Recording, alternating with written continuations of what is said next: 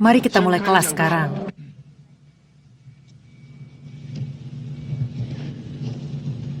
Terlebih dahulu kita bicarakan masalah Tianmu. Dalam komunitas Xiulian kita ini, ada banyak orang tahu ada sangat banyak kemampuan Kung adalah eksis.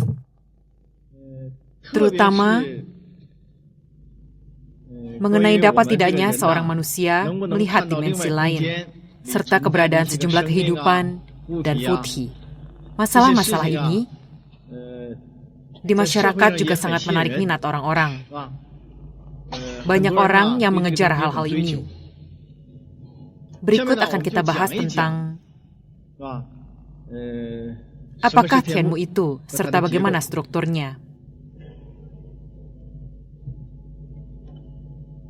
Tianmu yang kita bicarakan adalah, tentu sekalian akan saya bicarakan dulu sekilas pendapat tentang ruang dimensi lain. Sebab hal ini terkait juga lebih mudah membangkitkan cara berpikir seseorang. Ada sejumlah orang mungkin tidak begitu percaya. Oleh karena itu akan kita bahas di sini. Pemahaman komunitas iptek kita sekarang terhadap dimensi lain.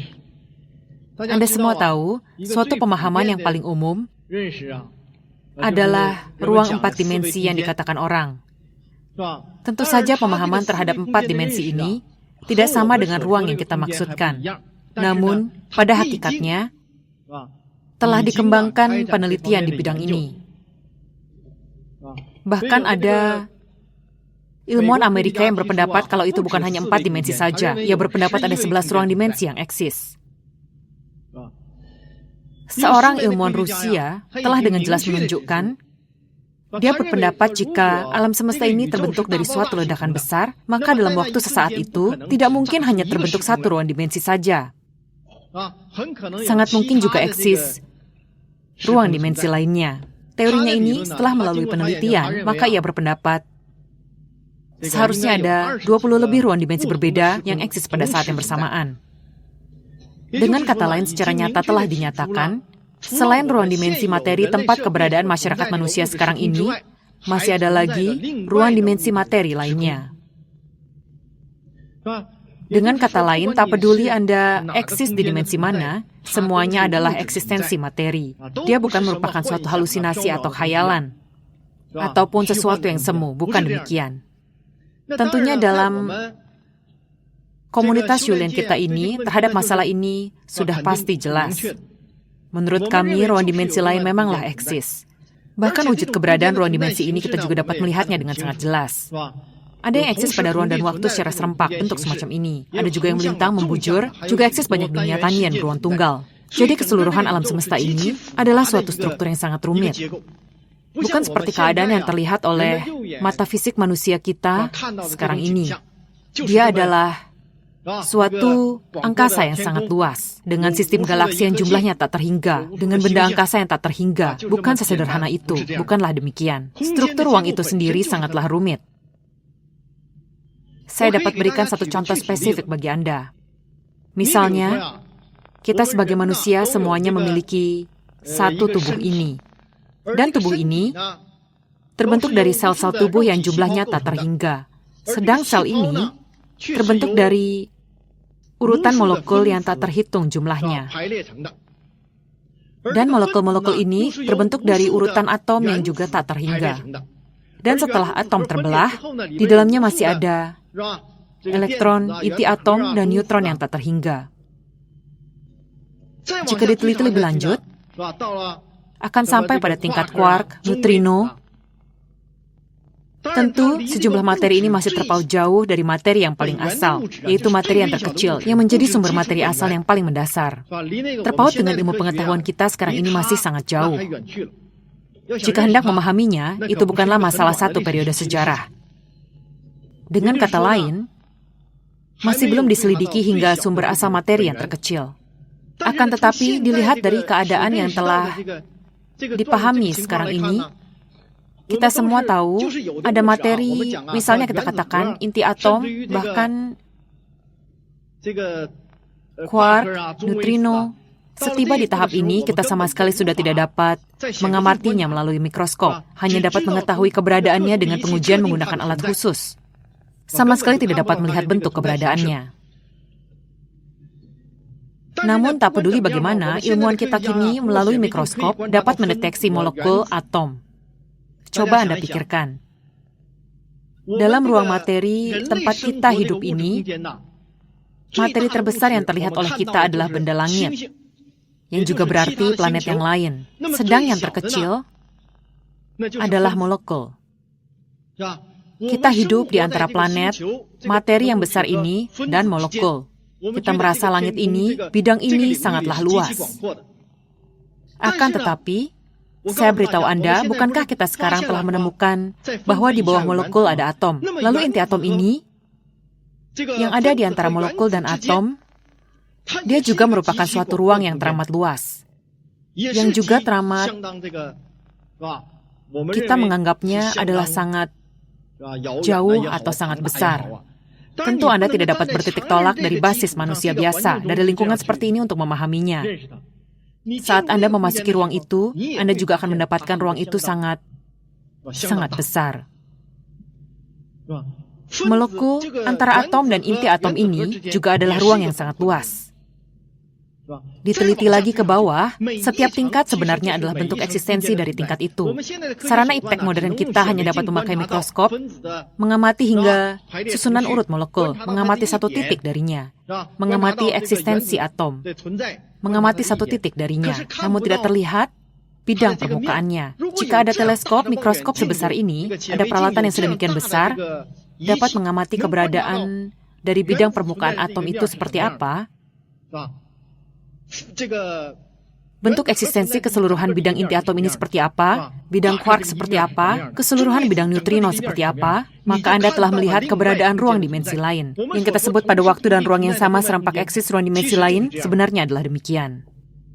Kita berbicara selangkah ke depan. Dalam komunitas Qigong kita sering dikatakan, Yansen manusia tidak musnah. Juga boleh dikatakan, manusia tidak akan benar-benar mati. Tentu dulu pernah ada pernyataan mengatakan manusia memiliki roh dan lain-lain. Bukankah itu tahayul? Tentu yang kita sebut Yansen, apakah adalah apa yang mereka sebut roh? Kami masih belum dapat mengatakannya demikian, sebab apa yang mereka katakan juga sangat gamblang. Jadi boleh dikatakan kehidupan manusia tidak akan binasa seiring dengan kematian seseorang. Mengapa? Bila Anda lihat dengan kemampuan Kung, hanya sesaat sebelum seseorang meninggal, lapisan sel terbesar yang terbentuk dari susunan molekul telah terlepas. Sementara, atom, inti atom, elektron, dan neutron Anda, bila diselidiki lebih mendalam, tubuh Anda itu sama sekali tidak musnah. Hanya saja ia ada di dimensi lain, tidak terdeteksi oleh Anda. Dengan mata fisik tidak terlihat. Maka yang terlihat meninggal adalah tubuh fisik manusia. Saya akan berikan pada Anda contoh lebih lanjut. Anda tahu bahwa manusia, kini yang mendalami ilmu fisika semua tahu.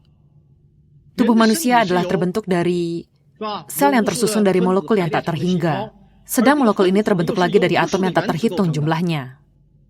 Coba Anda pikirkan. Semua atom itu, jika atom ini dikehendaki agar ia membelah, maka harus dengan kekuatan yang di bawah benturan beban yang sangat berat dan kecepatan yang sangat tinggi, barulah dapat membuat inti atom, barulah dapat membuat atom itu membelah. Baru dapat mencapai keadaan ini. Tungku kremasi itu, suhunya itu tidak mungkin dapat menyebabkan terjadinya pembelahan pada inti atom. Juga tidak mungkin membakar inti atom Anda hingga tak berbekas. Jadi yang di ruang sana itu sama sekali tidak dapat tersentuh. Jika Anda sungguh dapat membakar inti atom hingga terbelah, saya katakan manusia dalam tungku kremasi itu adalah suatu ledakan nuklir. Maka saya katakan, bisa-bisa satu kota jadi hancur hanya karena seorang manusia. Tubuhnya punya cukup kandungan atom untuk memusnahkan bidang yang sangat luas. Maka saya katakan pada Anda, dibicarakan dari sudut ilmu pengetahuan, yang terdapat dalam tubuh manusia, baik itu inti atom, quark, neutrino, terus sampai ke lebih dalam lagi, semuanya ini tidak musnah. Hanya pada ruang yang ada sekarang ini, tubuh Anda ini lenyap. Namun ia juga adalah suatu materi yang tidak musnah. Anda lenyap dari elemen materi yang paling lemah, kecil, paling halus sekalipun, dia juga tidak menghilang. Kita pada tingkat sangat mikroskopis telah melihat, baik manusia yang kita sebut dengan hampa sejati. Anda tahu hampa sejati adalah apapun tidak ada lagi. Sebenarnya hampa sejati itu sendiri adalah materi. Sebab telah saya katakan, diselidiki lagi terus sampai ke sumber asal materi itu masih terpaut sangat jauh dari apa yang kita dapat pahami saat ini. Tadi telah kita bicarakan mengenai ruang dimensi lain. Jika ruang dimensi lain memang eksis, wujud keberadaan waktu dan ruangnya telah mengalami perubahan yang sama sekali berbeda dengan kita yang di sini.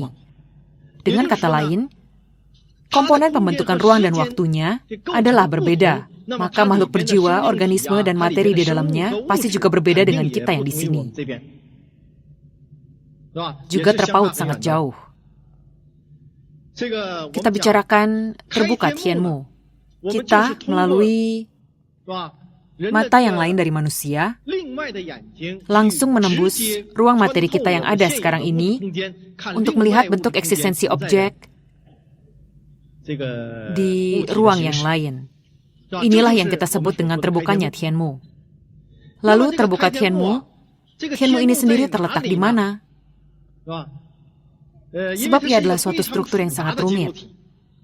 Saluran utama Tianmu berada di antara kedua alis mata kita ini agak ke atas sedikit. Di antara kedua alis agak naik sedikit, ada di depan dahi. Ada orang yang tersumbat, ada orang yang memiliki saluran. Ada orang yang salurannya ini, karena dia sangat tidak beraturan, ada yang berbentuk segitiga, ada yang berbentuk panjang, bentuk apapun ada. Sebab setelah melalui proses Julian, ia akan dikultivasikan menjadi sangat bulat. Apa yang kita sebut Tianmu ini, dibicarakan dari sudut iptek modern, hal ini juga bisa dijelaskan. Dulu dikatakan terbuka Tianmu dapat melihat pemandangan di dimensi lain. Manusia melihat benda bukankah harus melalui mata? Anda di sini tidak memiliki mata. Bukankah Anda sedang membicarakan hal yang idealis? Sesungguhnya saya katakan pada Anda, sedikit pun tidak idealis. Ini adalah ilmiah, bukan hal yang mistik. Saya berikan contoh pada Anda. Kita selalu beranggapan benda yang terlihat oleh sepasang mata manusia ini barulah nyata keberadaannya. Ada banyak orang beranggapan demikian. Yang terlihat oleh mata saya percaya. Yang tidak terlihat oleh sepasang mata saya ini, saya tidak akan percaya. Maka kita selalu beranggapan orang seperti ini kualitas kesadarannya tidak baik. Orang seperti ini, pikirannya mudah berubah jadi picik. Karena itu sangat sulit untuk diselamatkan. Sebab yang terlihat oleh sepasang mata manusia ini justru bukanlah wujud tulen alam semesta, melainkan hanyalah suatu wujud keberadaan materi yang ada dalam ruang kita ini. Sedang bentuk yang eksis di dimensi lain sangatlah banyak. Lagi pula dimensi lain pun sangat banyak. Namun semua terhalang oleh sepasang mata manusia kita ini. Sepasang mata manusia ini hanya memperbolehkan Anda melihat ruang materi ini, menghalangi melihat ruang materi lain. Yang kita maksud dengan terbuka Tianmu adalah menghindari sepasang mata manusia ini, tidak melalui mata ini untuk melihat sesuatu. Melihat kebenaran yang ada dalam alam semesta ini dengan cara yang lain. Inilah yang disebut terbukanya Tianmu. Tadi telah saya katakan, saluran Tianmu ada di sini. Dibicarakan dari ilmu kedokteran, kita katakan setelah Tianmu terbuka, Anda semua tahu, dunia kedokteran modern beranggapan, saat sepasang mata manusia ini melihat benda, bukan mata itu sendiri yang langsung merefleksikan gambar. Ia hanya merupakan suatu alat. Sedang, untuk dapat melihat suatu benda, melihat seseorang, bagaimana rupanya, mengenakan pakaian apa, warna apa pakaiannya, apa modalnya, sebenarnya semua itu merupakan refleksi otak besar manusia. Dengan kata lain, benda yang akan Anda lihat dengan melalui mata Anda, melalui saraf optik dikirimkan ke belahan belakang otak besar, di lingkup pineal body. Pineal body yaitu pineal body dari otak besar. Di ruang lingkup ini, dia akan direfleksikan. Sebenarnya manusia melihat benda apapun adalah di otak besar, adalah otak besar yang melihat. Mata hanya berfungsi sebagai alat. Sama seperti lensa pada kamera, seperti lensa untuk memotret pada sebuah kamera, saat gelap diafragma harus diperkecil, jika tidak, bukan, pada saat gelap diafragma harus diperbesar. Bila tidak, cahaya tidak cukup. Anda tidak bisa memotret apapun. Mata manusia juga sama. Saat masuk di tempat gelap, pupil segera diperbesar. Bila tidak, apapun tidak terlihat. Setiba di luar ruang yang sangat terang, pupil mata harus segera dikecilkan. Saat kamera maupun video mengambil gambar benda, diafragma juga harus dikecilkan. Jika tidak dikecilkan, paparan pencahayaan berlebihan, jadi hitam semua dan tidak tampak apapun. Mata manusia juga sama. Setiba di luar sangat silau, sangat terang, tidak jelas melihat benda. Pupil mata segera mengecil. Jika pupil tidak sempat mengecil, orang akan menyempitkan mata, baru bisa jelas melihat benda. Jadi dia tidak jauh berbeda dengan struktur lensa kamera. Sedang refleksi kamera foto ke film juga sama. Kamera video membentuk refleksi gambar pada kaset pita. Saat kita melihat objek adalah otak besar kita yang merefleksikan citra gambar. Dan justru, sepasang mata inilah, dia telah menghalangi manusia melihat kebenaran alam semesta. Maka kita katakan, yang terlihat mata saya percaya, bila tidak melihatnya saya tidak percaya. Dalam komunitas Yulin, orang-orang selalu mengatakan, orang ini kualitas kesadarannya tidak baik, tidak dapat diselamatkan. Inilah sebabnya. Siapapun tidak bisa meraba dengan jelas, siapapun tidak dapat mengatakannya dengan jelas. Telah kami jelaskan. Ada orang berkata, jika memang dilihat dengan cara ini, jadi saat kita mengamatinya melalui Tianmu, bagaimanapun juga masih harus ada suatu alat, mata, sebagai struktur eksistensi, baru dapat melihat benda. Tanpa benda ini juga tidak bisa. Sebenarnya, kita di sini bukannya tidak memiliki mata, namun mata ini tumbuh di dimensi lain, di ruang waktu yang lain. Namun ia juga dapat menembus ruang kita ini. Juga ruang yang lain. Hanya saja dengan mata fisik manusia biasa kita tidak dapat melihatnya. Jadi sebenarnya dia juga memiliki mata. Anda semua tahu yang kita sebut sebagai pineal body. Latihan Kung aliran Tao menyebut pineal body ini sebagai Niwan Kung atau istana Niwan. Yang selalu dipertanyakan orang apa itu Niwan Kung. Sebenarnya adalah pineal body manusia. Bentuk eksistensi tubuhnya di ruang lain disebut Niwan Kung. Tentu iptek modern telah mengenalnya. Yang kita maksud dengan terbuka Tianmu adalah membuka tembus saluran Anda ini. Tepat di posisi persilangan ini adalah pineal body ini. Adalah pineal body langsung melihat keluar. Ini yang kita namakan terbuka Tianmu. Cara melihat benda seperti ini, melihat dengan pineal body. Namun tadi telah saya katakan, jika dibicarakan dari sudut ilmu kedokteran, bila tidak memiliki sepasang mata, alat berbentuk semacam ini, Anda juga tidak dapat melihat. Sebenarnya mata ini eksis. Dari pembedahan, ilmu kedokteran modern telah menemukan. Ilmu bedah telah menemukan di area pineal body dari otak manusia, di depannya eksis sebuah mata. Dan mata ini menurutnya adalah sebuah mata yang telah mengalami degenerasi. Namun struktur jaringannya dengan struktur jaringan mata luar manusia kita ini sama sekali tidak berbeda. Adalah sama. Karena itu dia beranggapan, di masa lalu manusia tentu punya mata ketiga. Maka seiring evolusi pada mata ini dia lalu mengalami kemunduran. Mundur masuk ke dalam otak manusia. Dia lalu beranggapan demikian. Tentu ini adalah pernyataan darinya. Sebenarnya kita katakan beginilah keberadaan sepasang mata ini. Begitulah dia eksis. Namun bagaimanapun ilmu kedokteran telah mengetahui adanya mata ini, di sini kita membuka suatu saluran tembus, menggunakannya untuk melihat. Saya pikir hal ini dengan yang saat ini dibicarakan dalam komunitas Yulin tentang melihat melalui Tianmu adalah cocok. Saya juga telah mengatakan tentunya struktur ini tidaklah sesederhana itu, bahkan sangat rumit. Sebab keseluruhan sistem pada Tianmu ini bukan hanya satu saluran tembus, namun adalah suatu keseluruhan sistem yang besar, suatu sistem yang sangat rumit. Ia saling berhubungan dengan setiap pori-pori pada tubuh Anda.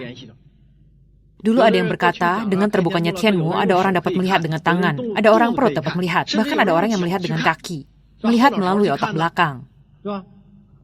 Aliran Tao mengatakan, setiap Qiao adalah sebuah mata. Mereka menamakan titik akupuntur sebagai Qiao. Aliran Buddha mengatakan setiap pori adalah sebuah mata. Perkataannya sangat masuk akal. Tentu setelah Shulin sampai tingkat sangat tinggi, Anda akan mendapati memang demikian. Jadi dapat melihat dari segala tempat. Dengan kata lain, setelah Tianmu terbuka, masih harus ada sebuah mata seperti ini. Mata yang eksis di sisi luar seperti ini. Dengan adanya benda ini, Anda baru dapat melihat. Tanpa mata ini juga tidak dapat melihat. Maka sejumlah orang setelah terbuka Tianmu, merasa sangat silau. Tak dapat melihat apapun, merasa sangat menusuk mata. Itu karena dia tidak memiliki mata ini. Tentu pada kondisi yang umum, semuanya memiliki mata ini. Mengapa? Pada kita yang berlatih Kung, ada banyak orang dapat melihat. Karena telah saya katakan, Xiu dari diri sendiri, Kung dari Sefu. Selain guru dari Buddha dan Tao, dua aliran besar yang kita kenal, masih ada eksistensi berbagai macam materi di alam semesta yang luas ini. Mereka semua memiliki kemampuan supernormal yang sangat besar. sehingga mereka dapat langsung membantu Anda. Begitu dia melihat orang ini cukup baik, Tianmu-nya telah terbuka, dia mungkin akan mengevolusikan sebuah mata untuk Anda agar dapat melihat. Yang memiliki sefu akan langsung mengevolusikan sebuah mata untuk Anda agar dapat melihat. Maka akan ada banyak orang yang telah terbuka Tianmu dapat melihat, juga karena Anda memiliki mata ini. Dia ada di bagian luar kulit permukaan manusia, eksis pada dimensi lain.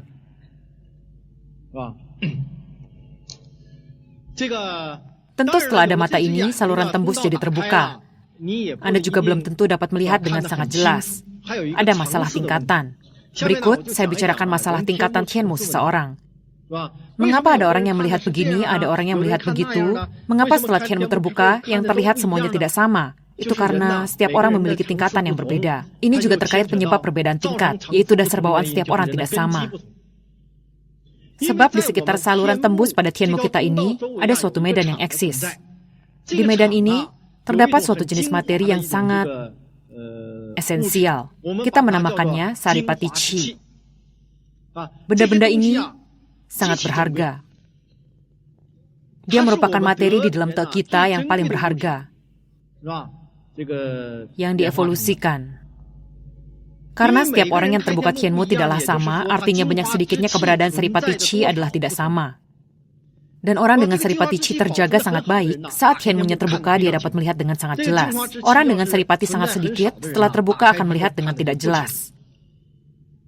Bahkan, misalnya yang hadir di sini ada orang yang melihat sinar, ada orang yang melihat falun, ada yang tidak bisa melihatnya. Ada orang telah melihat, masih ada kehidupan lain yang eksis. Ada yang tidak dapat melihat, ada yang dapat melihat. Bahkan ada orang yang melihat warna dari sinar juga tidak sama.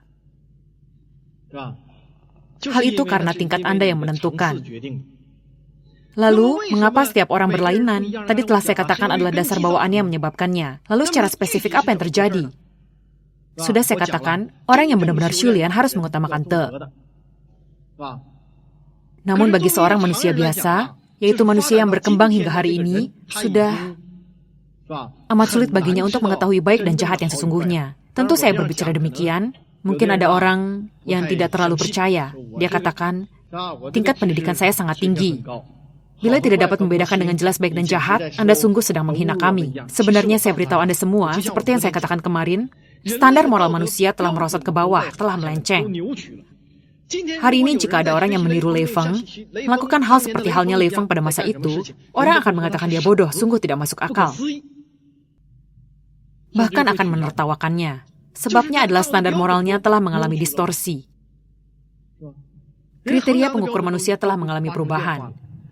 Bila Anda mengukurnya dengan kriteria yang telah merosot, saya katakan bedanya sangat jauh. Sebab manusia keseluruhannya sedang merosot. Namun pengukur baik buruk itu ada suatu kriteria yang tidak berubah. Kemarin telah saya katakan, yaitu prinsip sejati baik sabar dari alam semesta. Ia tidak berubah. Jika membandingkan dengannya, maka perbedaannya sangatlah jauh. Maka ada orang yang telah berbuat jahat, saat Anda beritahu bahwa dia telah melakukan kejahatan, dia tidak percaya. Tak hanya pada masa sekarang ini. Sejak zaman dulu hingga kini, manusia telah jatuh dalam kesesatan. Telah jatuh dalam kesesatan, berarti telah berada dalam masyarakat yang tersesat. Maka dia tidak dapat melihat hakikat benda, tidak dapat melihat kebenaran alam semesta. Dia menganggap segala yang dikejar manusia, segala hal yang ingin dilakukan manusia, kebanyakan adalah baik. Padahal justru sebaliknya, kesemuanya itu adalah tidak baik. Masyarakat manusia kita ini justru merupakan kebalikan dari alam sana. Yang Anda kira baik belum tentu baik, yang Anda anggap tidak baik juga belum tentu tidak baik. Kita semua tahu, sebagai manusia, kita sangat menyayangi anak-anak kita. Semua sangat menyayangi anak-anaknya sendiri. Khawatir mereka akan kedinginan, beku, bahkan juga khawatir dalam masyarakat mereka kelak akan ditindas. Mereka diajar bagaimana agar menjadi cerdik. Melihat uang, kamu harus memungutnya.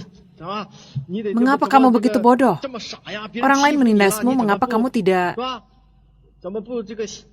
Mengapa tidak mencari orang tuanya, mencari guru? Pokoknya sejak kecil hingga dewasa kita semua mendidik anak dengan cara demikian. Karena anak ini terlahir sebagai selembar kertas putih, seiring dengan cara didik Anda yang demikian, ia akan makin berubah seperti manusia biasa. Juga berarti telah terjatuh dalam kolam limbah raksasa manusia biasa ini. Saat ini, sedikit benda yang dimiliki pada Tianmu-nya jadi mulai berkurang. Makin lama makin banyak terbuang. Ia makin berubah menjadi orang seperti didikan Anda. Maka, ia makin lama juga akan makin banyak kehilangan. Acap kali ada sejumlah orang di antara kita Di dalam masyarakat selalu ditindas orang lain. Walau telah ditindas, ia sendiri tidak merasa apa-apa, bahkan tidak memberontak, tidak ada keluhan. Orang ini acap kali bahkan senang membantu orang lain, namun selalu tidak mendapatkan kebaikan. Tapi orang semacam ini, begitu ia berlatih kung, ia mendapatkan tumbuh kungnya sangat cepat. Begitu Tianmu terbuka, benda yang terlihat sangat banyak. Orang yang makin tidak merugikan orang lain akan makin mudah mempertahankan benda ini. Ini yang disebut tidak berebut hal duniawi. Tentu mustahil bagi orang sekarang untuk tidak berebut hal duniawi. Jadi orang yang dapat memandang hambar pada kepentingan pribadi, mungkin benda ini tersimpan jauh lebih baik. Begitu terbuka, akan melihat dengan sangat jelas. Dengan kata lain, saripati manusia yang sedikit ini, oleh sebab diri sendiri telah berbuat hal yang tidak baik, telah menyakiti orang lain demi mendapat keuntungan pribadi, telah menyakiti orang lain. Kadang Anda melihat benda itu milik Anda, sesungguhnya itu bukan milik Anda, sebab semua itu tidak stabil. Maka manusia sangat sulit mengetahui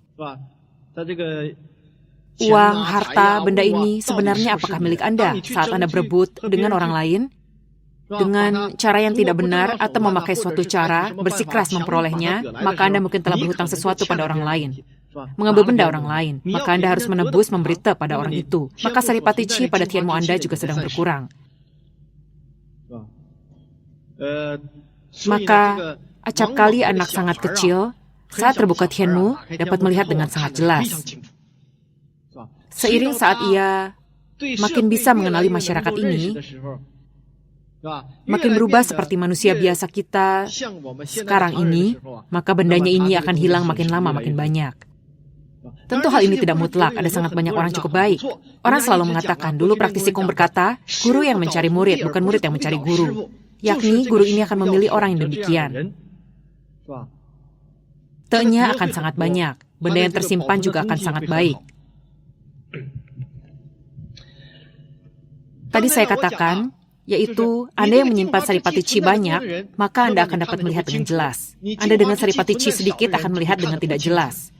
Dan saripati chi ini selisih sedikit saja jumlahnya, bedanya sudah amat besar. Maka untuk menemukan kedua orang ini sinsingnya tidak berbeda jauh. Ini pun sangat sulit untuk ditemukan. Maka harus di medan ini, sekarang kita katakan saja, ada banyak orang yang sudah terbuka Tianmu. Untuk menemukan dua orang di tingkat yang sama, yang dilihat semuanya sama, ini sangat sulit ditemukan. Sebab ia ditentukan oleh tingkatan. Sedang tingkatan ini sendiri sepenuhnya dikendalikan secara langsung oleh Fa, di mana Fa pada tingkat yang berbeda terdapat bentuk manifestasi yang berbeda. Maka pada tingkat ini, Anda hanya bisa melihat seperti ini. Pada tingkat itu hanya bisa melihat seperti itu. Jadi, orang dengan tingkat yang sangat tinggi baru dapat melihat hal yang sesungguhnya. Dulu, ada banyak pengikut Falun Gong, saat berlatih Kung, mengira Tianmu-nya lumayan. Pamer diri dan mengatakan pada orang lain, Anda punya futhi, Anda punya ini, Anda punya itu. Mengatakannya begini begitu. Saya beritahu Anda, yang Anda lihat itu bukan apapun. Ada sejumlah benda terbentuk seiring pikiran Anda. Ada sejumlah benda, Anda tidak dapat melihat inyen kuansinya. Anda tidak dapat melihat kebenarannya. Apa itu futhi? Futhi dan informasi yang Anda bawa dari ikatan kehidupan sebelumnya, dapatkah Anda membedakannya? Sebenarnya ia hanyalah informasi dari kehidupan terdahulu. Maka Anda lalu mengatakannya sebagai futhi, menjadikan hati orang lain galau. Bukankah Anda telah merusak Fa? Berulang kali kami katakan, jangan mengacu pada Tianmu, pada tinggi rendahnya kemampuan Kung seseorang, untuk menimbang tinggi rendahnya Kung seseorang. Hanya dengan memakai sinsing menilai baik jahatnya seseorang, baru dapat menentukan tinggi rendah tingkat seseorang. Ada banyak orang yang dikunci. Orang dengan tek besar biasanya berlatih menuju ke atas dalam keadaan terkunci, bahkan terkunci dalam waktu yang lama. Kemampuan Kungnya muncul sangat banyak, namun semuanya telah dikunci. Ia tidak memiliki apapun, menjaminnya agar tidak timbul keterikatan dan terus berkultivasi lebih tinggi lagi. Anda jangan melihat Anda telah keluar Kung, atau telah dapat melihat dengan jelas. Mungkin orang lain jauh lebih hebat dari Anda. Kita bukan atas dasar ini untuk membedakan baik dan buruk. Dalam sejarah juga demikian. Namun, hal ini dapat mengelabui orang yang punya keterikatan yang sangat kuat. Dia mengejar benda ini, maka dia jadi sangat terikat dengan benda ini. Ini juga masalah dasar bawaan dan masalah kualitas kesadaran. Pokoknya, Anda dapat memperoleh apa, mampu tidaknya Anda Shulian, bisa berlatih mencapai tujuan yang hendak Anda capai. Saya katakan ini berhubungan langsung dengan yang Anda kejar. Tadi saya bicarakan masalah saripati chi ini yang menentukan masalah tingkat seseorang. Bersamaan kita masih ada satu masalah pokok yang menentukan tingkat seseorang, Tentu, tadi telah saya katakan, Shulian pada Fa Duniawi, sebab Shulian terbagi menjadi beberapa tingkatan besar, yaitu Shulian Fa Duniawi dan Shulian di luar Fa Duniawi. Shulian Fa Duniawi, yaitu proses Shulian dengan membawa tubuh fisik manusia biasa. Inilah yang dinamakan Shulian Fa Duniawi. Dengan yang dikatakan di biara, mengenai masuk dan keluar duniawi, ini merupakan dua hal yang berbeda. Kini kita bahas memadukan dengan ilmu anatomi tubuh manusia modern. Ini adalah pembagian dua tingkatan besar tubuh manusia. Lalu Shulian Fa di luar duniawi yang juga disebut Shulian tubuh Buddha atau Shulian metode Arhat, itu adalah Shulian dengan membawa sebuah tubuh fisik yang telah digantikan oleh materi energi tinggi. Itulah yang kita katakan telah mendapatkan buah status Arhat. Namun, ia masih harus mengalami penderitaan menempa diri di tengah manusia biasa, maka manusia biasa masih belum dapat melihat wajah aslinya. Orang yang tingkat Hianmu-nya sangat tinggi dapat melihatnya. Karena itu, setelah Shulian Fa di luar duniawi, ia terkait pada satu masalah, yaitu masih ada satu hal lagi yang menentukan tingkat Hianmu ini, yaitu pada orang ini akan muncul banyak sekali mata di wajahnya. Banyaknya hingga taraf apa? Tidak ada batasannya. Tapi yang paling banyak adalah keseluruhan wajah adalah mata. Yang sedikit, di sini satu, di sini satu, di sini satu. Umumnya selain di saluran tembus utama juga pada posisi sunken. Aliran Tao menyebut sunken yaitu batang hidung. Di sini ada saluran tembus sekunder yang penting. Orang kebanyakan melihat melalui tempat ini. Di atas kedua alis, di bawah kedua alis, dan di tengah antara kedua alis, di bagian bawah mata, semua punya saluran tembus mata sekunder yang berbeda. Ia juga merupakan masalah yang menentukan tingkat seseorang. Tentu, untuk lebih banyak, maka tingkat yang dicapai harus sangat tinggi baru bisa ada. Itu tidak kita bicarakan lagi. Sebab jika dibicarakan, Anda juga tidak bisa menerimanya. Karena terpaut sangat jauh dengan Shulian Anda kini. Benda itu tidak dibicarakan. Kelak bila Anda membumbung, Anda akan tahu semuanya.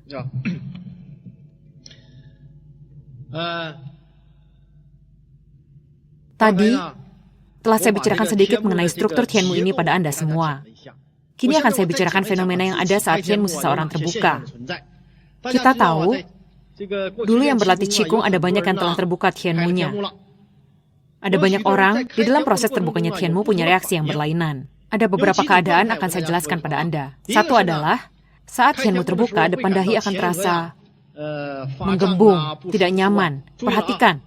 Sekarang ini saat membicarakan struktur Tianmu, maka saya akan membukakan Tianmu untuk Anda semua. Yang datang untuk sungguh-sungguh.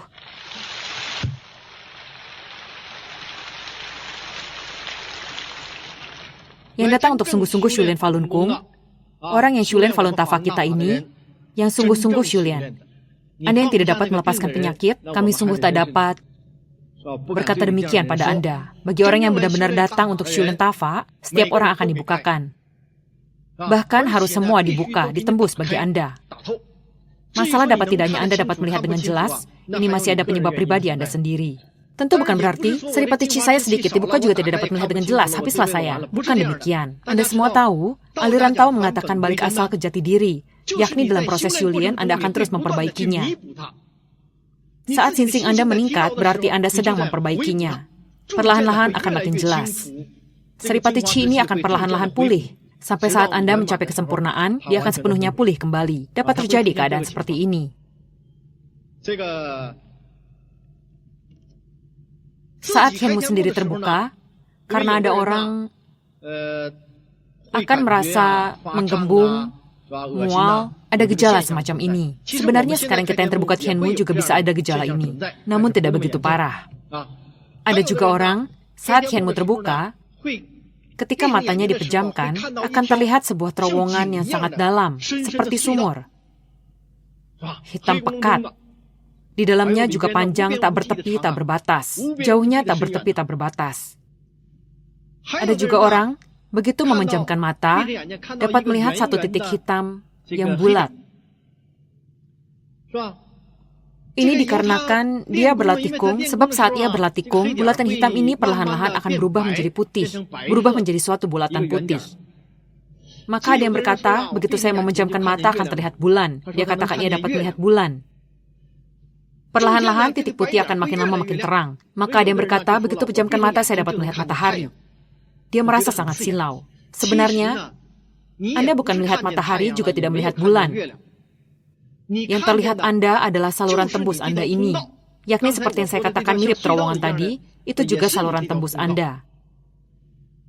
Terasa sangat menusuk mata, sangat terang. Itu karena Anda tidak memiliki mata yang di luar, maka Anda tidak dapat melihat objek. Sedang orang yang dapat melihat terowongan ini masih belum tembus sepenuhnya, masih belum dapat mencapai ujung terowongan ini, masih belum dapat melihat. Juga ada orang, saat Tianmu terbuka, muncul suatu keadaan bunga yang merekah. Di depan dahinya akan seperti bunga dalam film di televisi, yang mekar dalam sesaat, sebuah tayangan cepat. Mekar seperti ini, shua, terbukalah. Terbuka selapis demi selapis, merekah tiada henti, setiap hari terus merekah. Akan muncul keadaan seperti ini. Hal ini munculnya saat berlatih sendiri. Akan muncul keadaan seperti ini.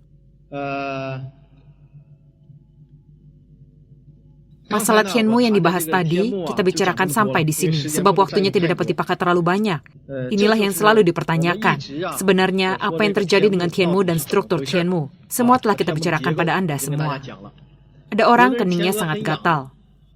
Ada yang merasa sebagian besar yang duduk di sini dapat merasakan daging di depan dahi mengkerut, dan menyusup ke dalam.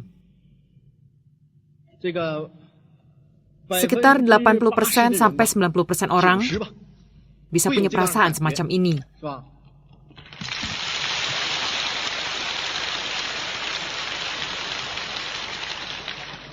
Benar tidak? Bukankah demikian?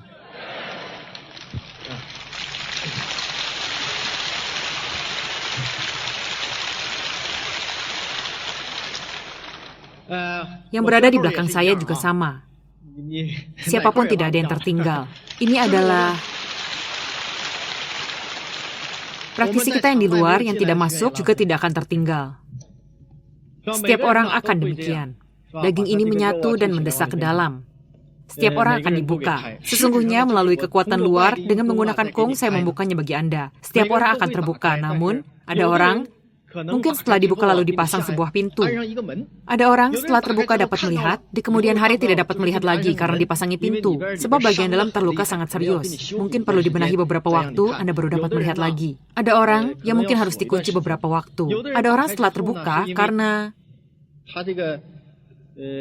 benda miliknya sendiri hilang terlalu banyak, maka masih terlihat tidak jelas. Tapi sangat banyak,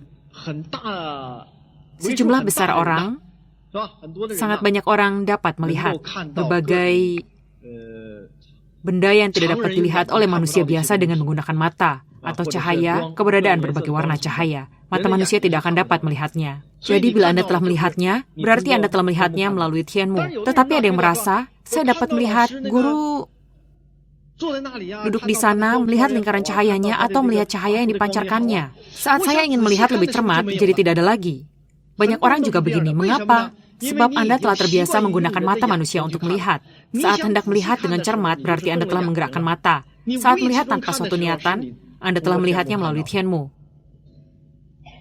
Saat melihat benda ini, tidak harus melihatnya dengan mata terpejam. Ada orang terbuka maupun terpejam sama saja, hanya saja tidak dapat memanfaatkannya.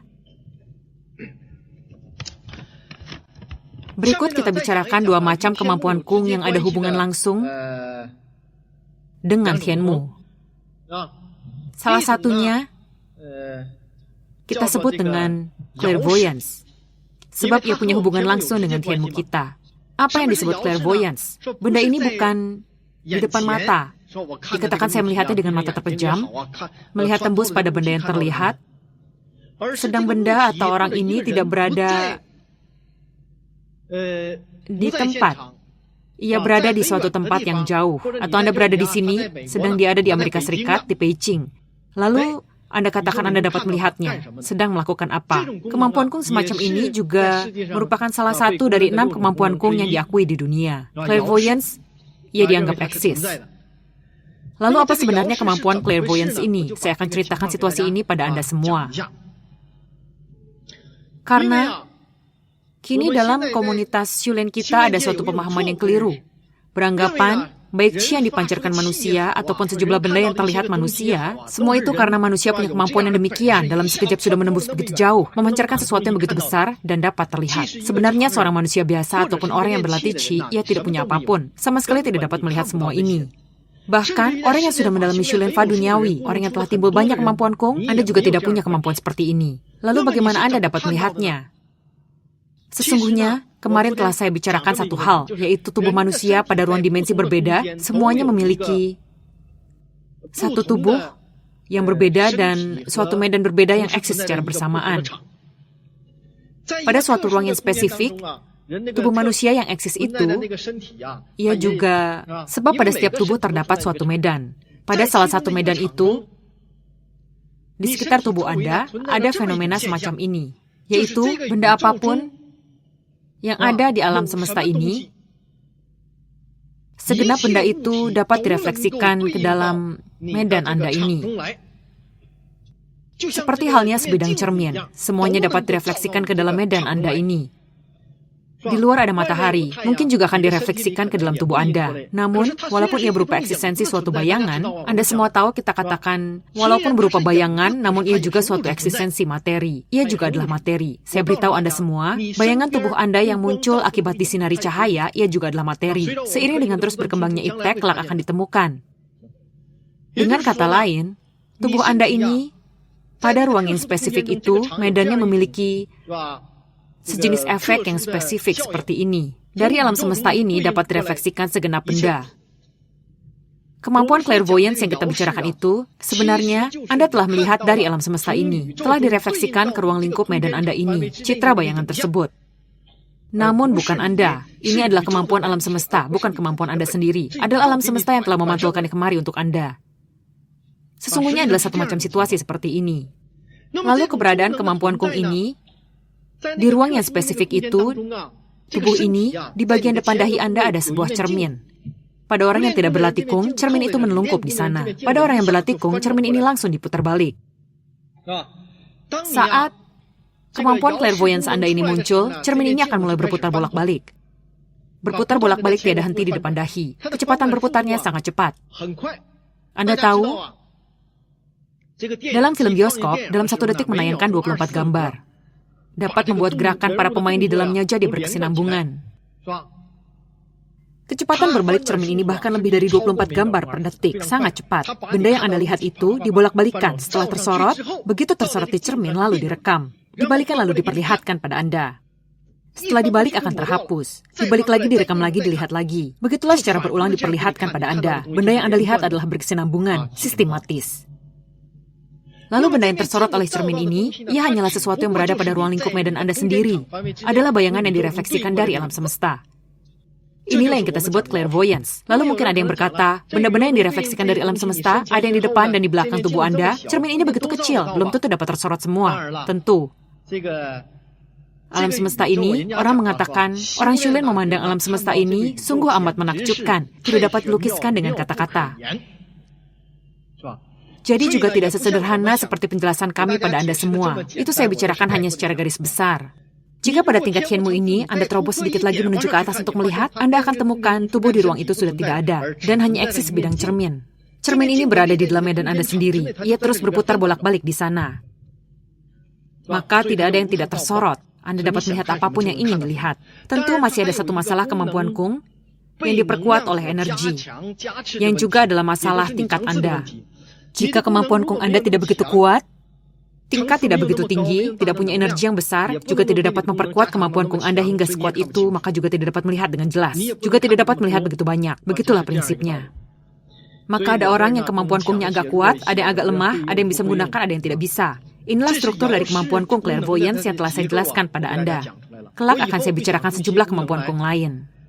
Falun ini kita berikan kepada hampir setiap orang, asalkan Shulen Falun Kung, bagi yang Shulen Tafa, semua akan dipasangkan. Begitu pula dengan Tianmu, bagi yang Shulen Tafa, semuanya dibuka. Kemampuanku yang dibicarakan kelak tidak dapat demikian, sebab ini menyangkut masalah Shulen Anda, masalah tingkat Anda. Jika tingkat Anda cukup, bisa jadi Anda akan, segera setelah saya membicarakannya, ia dapat keluar. Yang tingkatnya kurang, menunggu kelak Shulen Anda meningkat. Prinsip-prinsip ini hendak saya bicarakan kepada Anda semua. Kelak dalam Shulen, hendaknya Anda tahu apa yang terjadi. Berikut saya bahas satu lagi jenis kemampuan Kung yang berhubungan langsung dengan Tianmu, yang dinamakan Su Ming Tong. Kemampuan Kung Su Ming Tong ini juga merupakan salah satu dari 6 jenis kemampuan Kung yang diakui di dunia. Dahulu bukankah dibicarakan teori Su Ming? Dikatakan Su Ming Tong ini dapat mengetahui Masa depan seseorang, masa lalu seseorang. Yang agak besar dapat melihat bentuk perubahan dari suatu masyarakat. Yang lebih besar lagi dapat melihat bentuk perubahan tertentu dari alam semesta. Inilah kemampuan Kung Su Ming Tong yang kita bicarakan. Lalu bagaimana struktur dari kemampuan Kung ini?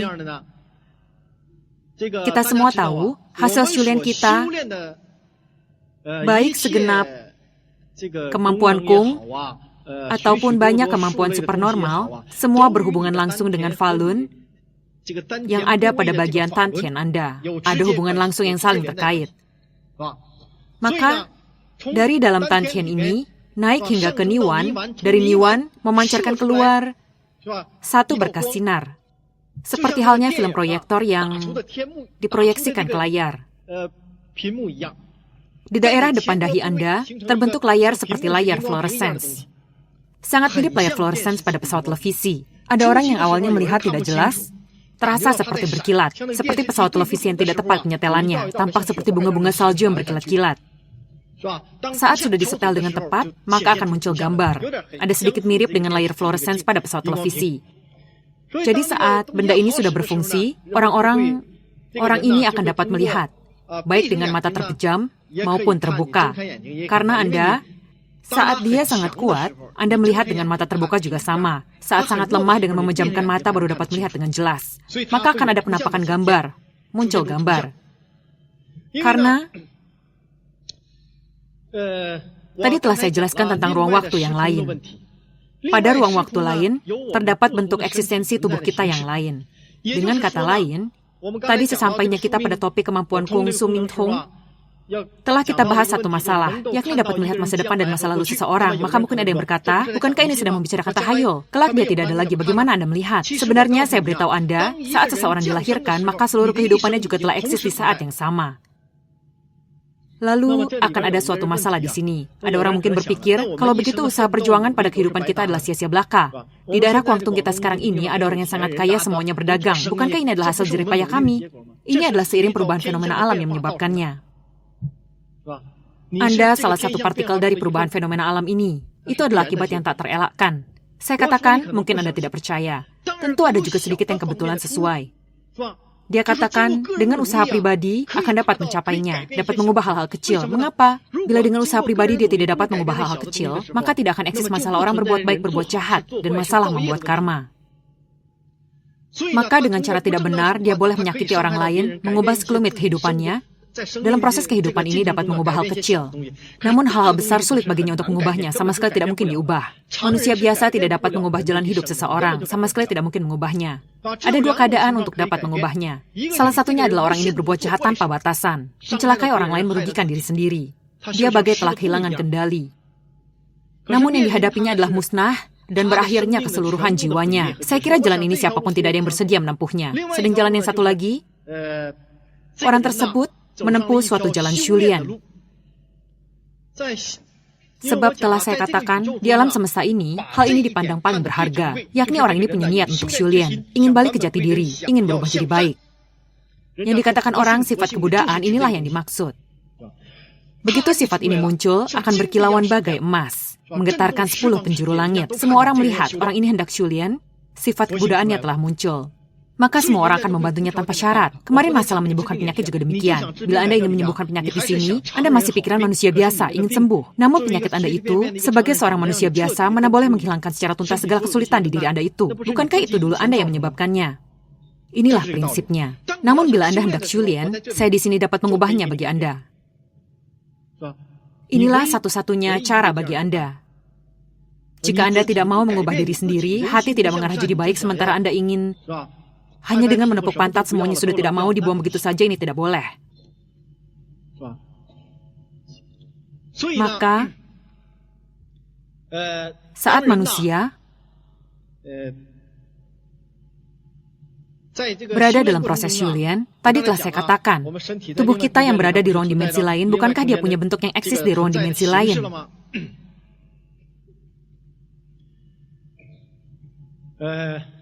Benda di dimensi lain, bentuk keberadaannya di berbagai ruang kita ini juga tidak sama. Maka,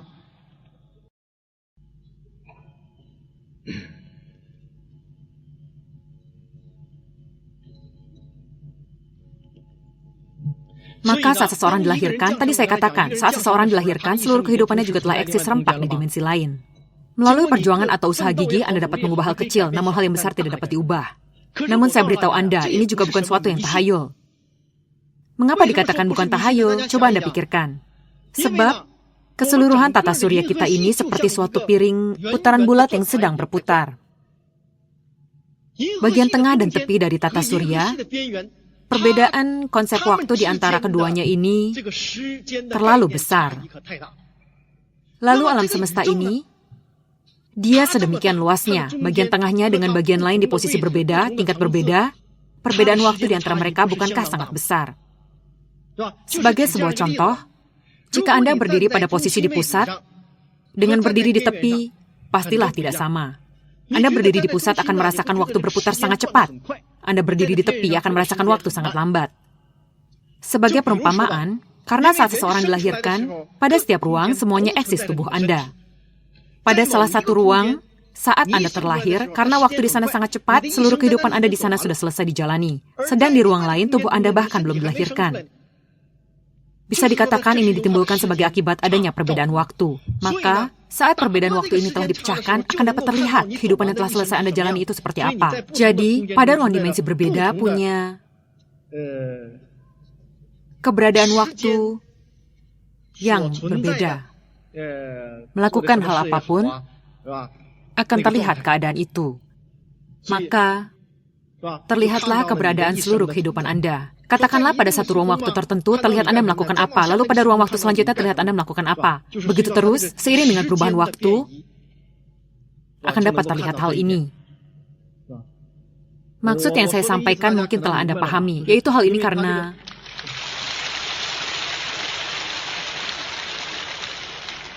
ruang waktu tersebut yang mengakibatkan perbedaan.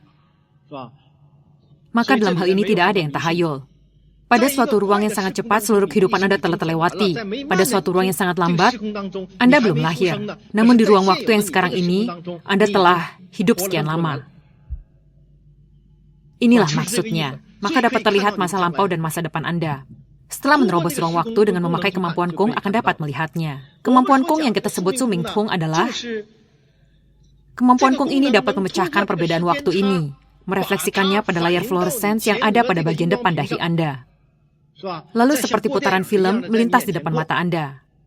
Kemampuan Kung ini dalam melihat suatu hal ia lebih akurat, bahkan selisih pada tahun dan waktu sangatlah kecil. Jadi sebaik apapun Anda meramal dan sehebat apapun Chow I Anda juga tidak akan menang, karena mereka hanya mengambil kesimpulan dari suatu teori. Sedang kemampuan ini bisa melihat dengan jelas.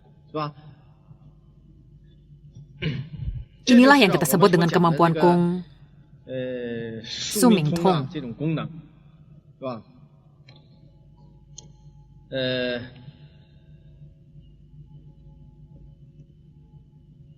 Dahulu, sekarang banyak orang yang membicarakan tentang piring terbang, makhluk ruang angkasa. Tentu sekarang telah ada badan riset, baik itu dari swasta maupun organisasi pemerintah. Pokoknya semua sedang mengembangkan riset pada bidang ini. Sesungguhnya saya beritahu Anda, semua itu teknologinya telah sangat berkembang, telah menerobos ruang waktu materi kita ini. Ia dapat melewati ruang waktu yang berbeda. Jadi, waktu pada ruang waktu yang berbeda adalah tidak sama. Jadi, ia bisa datang dan pergi kapan saja sesuka hatinya. Mungkin dalam sedetik ia sudah kembali lagi ke tempatnya. Mungkin pada detik berikutnya ia telah datang lagi. Jika ia berjalan ke ruang waktu yang sangat cepat itu, sekejap saja ia telah sampai. Saya katakan, sebab ruang itu tidak dapat memakai konsep pikiran kita sekarang ini. Untuk mengatakan seberapa jauh jaraknya, tidak dapat dibandingkan seperti itu. Ia bukan dibandingkan seperti itu. Pada jarak yang dekat sekali, mungkin akan setara dengan jarak 108.000 li. Namun ia tidak eksis dalam keadaan seperti ini. Bukan demikian. Tadi saat saya membicarakan Tianmu, sekaligus kita bicarakan dua macam kemampuan Kung. Berikut kita bicarakan, dalam komunitas Qigong ada suatu ungkapan seperti ini. Ada dua istilah yang selalu tidak bisa dijabarkan dengan jelas oleh banyak orang dalam komunitas Qigong. Namun dalam komunitas Qigong, komunitas Yulian, Dahulu dalam komunitas agama, semua eksis benda ini. Semua eksis ungkapan ini. Ungkapan apa? Disebut keluar dari Triloka, tidak berada dalam 5 elemen. Perkataan ini terdengar sangat mustahil. Dahulu ada sejumlah master Qigong, asli atau palsu juga tidak tahu bagaimana dia bisa menjadi master Qigong. Saat orang bertanya, dia berani menjawab, membual, keluar dari Triloka, tidak berada dalam 5 elemen. Orang yang tidak percaya Qigong lalu bertanya padanya, di antara kalian, siapa yang telah keluar dari Triloka, siapa yang tidak berada dalam 5 elemen? Ini membuatnya terbungkam, tidak mampu berucap apapun. Bila tidak tahu, sebaiknya Anda tidak sembarangan berbicara, justru dapat merusak, akan menimbulkan efek merusak. Berikut akan kami jelaskan masalah ini pada Anda. Sebab hal ini berkaitan langsung dengan masalah Shulin kita menuju tingkat tinggi. Kita bicarakan dulu mengenai tidak berada dalam 5 elemen. Anda semua telah mengetahui teori 5 elemen dari Tiongkok, yaitu logam, kayu, air, api, tanah, terbentuk menjadi 5 elemen. Sementara logam, kayu, air, api, tanah ini, jika dijelaskan dengan ilmu fisika modern juga sangatlah ilmiah. Ilmu fisika Tiongkok kuno, ia dianggap sebagai ilmu pengetahuan. Ada sebuah buku tentang 5 elemen ini yang sesuai bila dibandingkan dengan tabel unsur kimia modern. Itu adalah teramat benar. Kita ambil saja logam sebagai salah satu contoh. Tak peduli emas, platinum, besi, timah, seng, tembaga, tak peduli benda apapun, namun semuanya termasuk logam. Bukankah demikian?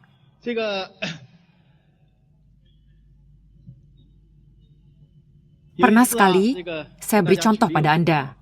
Suatu ketika, saya diundang untuk melakukan pengujian oleh laboratorium riset ilmiah. Diambil tabung kaca, di dalamnya diisi dengan sehelai lembaran aluminium kecil, sangat tipis, lembaran aluminium yang sangat kecil. Kedua ujung tabung kaca ini dibakar hingga melumer, hingga ujungnya tertutup rapat. Tentu saja tidak dapat Anda keluarkan, tidak bisa ditukar. Setelah itu, diambil untuk dilakukan pengujian pada umumnya, yakni diberi sejumlah energi untuk diukur besar energinya. Ini telah dijalani semua orang, telah dibuktikan oleh komunitas iptek sejak dulu. Siapapun tahu, yang dipancarkan master Qigong berbagai unsur apapun, semuanya ada. Sedang manusia biasa tidak dapat memancarkannya. Jadi hal ini menurut saya, tahukah apa yang saya lakukan? Yakni saya kacaukan susunan urut molekul yang ada di dalamnya. Anda tahu, susunan urut pada logam adalah yang paling stabil. Bila ada yang ingin mengubahnya, maka pada permukaan logam akan terjadi perubahan pula. Dulu tak pernah ada orang yang dapat melakukannya. Demikian saya genggam di tangan lalu menggoyang-goyangkannya. Kemudian dibawa pergi untuk dianalisa. Setelah dianalisa, ditemukan unsur dari lembaran aluminium itu telah berubah. Permukaan logam juga mengalami perubahan. Ada sebagian berubah jadi besi, ada sebagian jadi tembaga, ada sebagian jadi perak, ada sebagian jadi emas, ada juga yang jadi unsur lain. Artinya ia telah terbentuk dari banyak unsur logam. Mengapa dapat muncul keadaan ini? Mengapa dapat muncul keadaan ini? Sebab telah saya ledakkan. Yakni susunan urut molekul di dalamnya telah saya ledakkan hingga kacau. Maka timbul keadaan seperti ini. Dengan kata lain, maksud saya memberi contoh tadi adalah untuk memberitahu Anda, logam, kayu, api, air, tanah, kelima unsur ini, saya katakan, ia adalah ilmu fisika modern. Ia adalah ilmu fisika Tiongkok kuno, jadi ia adalah ilmu pengetahuan. Berdasarkan teori 5 unsur, maka berarti logam, kayu, api, air, tanah telah membentuk segenap benda di alam semesta ini. Segenap kehidupan, juga materi, semuanya tidak terlepas dari logam, kayu, api, air, tanah. Semuanya terbentuk dari materi-materi ini. Ini juga ada dalilnya, sangatlah ilmiah. Tapi bila dibicarakan dengan ilmu modern, kedengarannya sangat sulit dipercaya. Sulit dipercaya di mana? Coba Anda pikirkan. Seseorang dikatakan telah keluar dari 5 elemen, berarti telah keluar dari dunia materi. Hal ini terdengar sangat mustahil. Sesungguhnya tidak ada yang mustahil. Mengapa dikatakan tidak ada yang mustahil? Kita ulas di sini, coba Anda simak, dijamin semua adalah ilmiah. Baik Master Qigong, atau seseorang yang telah mendalami Shulin, atau seorang rahib agama, atau seorang rahib yang telah mendalami Shulin, ia memiliki energi, memiliki Gong. Hal ini melalui pengujian yang dilakukan beberapa tahun ini, sejak jauh hari telah diakui. Sejak jauh hari telah diakui. Sejumlah instrumen bisa mendeteksi inframerah, ultraviolet, ultrasonik, infrasonik, neutron, atom, sinar gamma, dan banyak elemen mikro. Asalkan Anda punya alat untuk mendeteksi, apa yang dipancarkan Master Qigong di dalamnya semua ada. Bahkan sangat besar. Makin tinggi tingkat seorang Master Qigong, makin banyak substansi semacam ini yang dipancarkan. Mengapa manusia biasa tidak ada? Ini membuktikan Master Qigong memiliki Qigong. Di bawah efek medan magnet tertentu, Master Qigong dapat memancarkan sinar aura yang sangat kuat. Beraneka warna, sangat indah. Manusia biasa juga punya cahaya kehidupan, tetapi sangat kecil. Jika dia memancarkannya dengan menggerakkan niat pikiran, maka akan lebih kuat. Sangat kuat. Dengan kata lain, orang yang Shulian memiliki Qigong. Memang ada Qigong yang eksis. Ada eksistensi materi energi tinggi semacam ini. Qigong ini telah saya katakan, ia tidak seperti yang kita katakan. Kemarin telah kita bicarakan terbentuknya Tan. Ia hanya sebuah bom yang dipersiapkan untuk Anda kai Qigong nanti. Begitu diledakkan, seluruh kemampuan Qigong Anda akan dilepaskan. Ratusan meridian diledakkan hingga terhubung sepenuhnya. Kegunaannya hanya ini saja, maka ia bukan menyimpan keseluruhan energi. Hanya sebagian saja. Metode Qigong yang benar-benar berkultivasi ganda watak raga terkait keluar 5 elemen. Yang bukan metode Qigong kultivasi ganda watak raga tidak bicara kultivasi penthi, maka tidak bicara keluar 5 elemen. Ia hanya bicara keluar triloka, tidak bicara keluar 5 elemen. Metode kultivasi ganda watak raga bicara keluar 5 elemen. Sebab harus mentransformasi penthi, tubuh meninggalkan dunia fisik dan lingkungan materi ini. Sebenarnya orang ini jika hendak Shulian, tetap harus Shulian di tengah manusia biasa. Dari permukaan tidak terlihat oleh manusia biasa. Namun tubuh itu, energi itu, tidak hanya tersimpan di Tantian, lokasi Tan. Tersimpan di mana? Setiap sel tubuh Anda, semuanya menyimpan energi. Bahkan molekul, proton, atom, elektron, bahkan jika diteliti makin ke bawah lagi, sampai pada substansi mikro yang paling dasar, semuanya telah mengalami perubahan. Orang katakan berlatih Qigong adalah mengubah tubuh manusia mulai dari dalam. Segenap sel molekul mengalami perubahan yang mendasar. Dengan kata lain, semua sel menyimpan energi. Segenap sel mikroskopis dalam tubuh Anda sedang mengumpulkan energi. Sementara penyimpanan energi ini juga sebab ia tersimpan di dalam sel tubuh Anda. Jadi bentuk eksistensinya juga sama dengan sel pada tubuh Anda. Dengan energi yang tersimpan di dalam inti sel Anda ini, maka bentuk eksistensinya sama dengan sel Anda. Tapi Anda tahu, seiring dengan terus meningkatnya daya Qigong kita, substansi energi itu juga akan makin lama makin besar densitasnya. Saat densitasnya makin lama makin besar, perubahan apa yang akan terjadi? Pada dasarnya ia adalah materi energi tinggi, melebihi sel normal tubuh Anda. Ia akan mengekang sel asal di tubuh Anda, menggantikan seluruh sel di dalam tubuh Anda. Anda mungkin tidak akan mengalami peremajaan sel lagi. Ia sepenuhnya akan dipenuhi, diganti oleh substansi energi tinggi. Sel tubuh yang ada sebelumnya telah disingkirkan. Seluruh inti sel tubuh Anda semua akan digantikan olehnya. Setelah mencapai tahap ini, coba Anda pikirkan. Jika demikian, apakah tubuh Anda itu masih berupa tubuh yang terbentuk dari 5 elemen? Ia terdiri dari materi energi tinggi yang kaya beragam yang terkumpul dari ruang lain, yang terbentuk setelah benda ini mengalami proses perubahan esensial. Apakah tubuh Anda masih terdiri dari 5 elemen? Sudah bukan lagi. Telah terjadi suatu perubahan materi yang mendasar. Lalu coba Anda pikirkan, bukankah itu berarti Anda telah keluar dari 5 elemen? Tubuh seperti ini tidak dapat menjadi tua secara alami, tidak akan aus secara alami. Akan tetap awet muda. Tentu untuk mengatakannya itu mudah. Jika hendak melakukan hingga tahap ini, orang ini harus menjalani suatu penderitaan pada umumnya dalam Shulian, baru dapat mencapainya. Namun orang ini masih harus Shulian dalam masyarakat manusia biasa. Penampilan luarnya juga tidak boleh terlihat berbeda dengan orang lain. Bila orang lain mendapati dia bagai dewa, tidak dapat diraba, keberadaannya bagai cahaya, coba katakan, siapa yang tidak akan menganggapnya sebagai dewa, memujanya, tidak menciptakan konflik baginya. Tanpa ada lingkungan konflik semacam ini, bagaimana Xingxing hendak ditingkatkan? Dia juga tidak akan dapat Shulian lagi. Maka ia harus bisanya tetap sama seperti manusia biasa. Jadi tidak terlihat oleh manusia biasa, namun dapat terlihat oleh praktisi Qigong. Orang yang mendalami Shulian dapat melihatnya. Jadi ia telah mengalami perubahan yang paling mendasar. Tapi tubuh seperti ini, bila Anda terpotong pisau mungkin akan berdarah. Jika tertabrak mobil, mungkin akan patah tulang. Mengapa bisa begini? Sebab seluruh sel di tubuhnya, komponen molekulnya, semua telah digantikan oleh materi energi tinggi. Namun bentuk susunan urut molekul di dalamnya tidak mengalami perubahan. Darah masih terbentuk dari molekul yang sangat kecil itu. Jadi ia berupa cairan. Tulang adalah keras. Daging adalah lunak. Susunan urut molekul di dalamnya tetap demikian. Dengan kata lain, pola susunan urut molekulnya tidak mengalami perubahan. Maka tampak luarnya akan terlihat seperti manusia biasa, tidak terlihat. Namun ia telah mengalami perubahan yang paling mendasar. Yang membedakannya hanyalah selapis kulit ini saja. Bila kulit luar ini dibuang, maka orang ini secara mendasar tidak sama lagi. Setiba di tahap ini, inilah Shulyan di luar Fa duniawi. Shulyan pada Fa Arhat juga disebut Shulyan tubuh Buddha. Lalu apakah tubuh ini masih berupa tubuh fisik manusia biasa? Bukankah ia telah keluar dari 5 elemen? Anda tahu, tadi telah kami katakan, tubuh seorang master Qigong pada dasarnya ada kung, ada materi berenergi. Materi energi semacam ini ada pada setiap sel. Tentu lama-kelamaan ia akan menggantikan semua sel itu. Saat ia makin memenuhi, bukankah ia akan menimbulkan efek seperti itu? Dibicarakan demikian, bukankah semua ini sangat ilmiah? Mana ada unsur tahayulnya? Ada sejumlah hal kini belum dipahami. Namun ada sejumlah hal yang bukan sama sekali tidak dapat dipahami. Ada teknologi tinggi yang saat ini telah mendapatkan sejumlah penemuan, hanya tidak disebarluaskan di masyarakat. Namun, dalam komunitas iptek modern kita, hal-hal yang telah dipahami sejumlah orang telah cukup untuk mengubah buku pelajaran sekolah kita saat ini. Namun masyarakat kini yang sangat dalam terpengaruh oleh teori pendidikan konvensional, mereka sangat sulit menerimanya. Kenyataan telah terpampang di depan mata, masih saja tidak berani mengakuinya.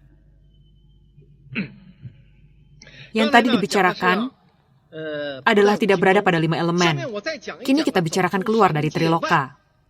Apa yang dimaksud dengan keluar dari Triloka? Sesungguhnya keluar dari Triloka terdengar lebih mustahil lagi. Kita bicarakan dulu, dalam memberikan ceramah kita tidak bisa terlepas dari sejarah awal mula istilah ini.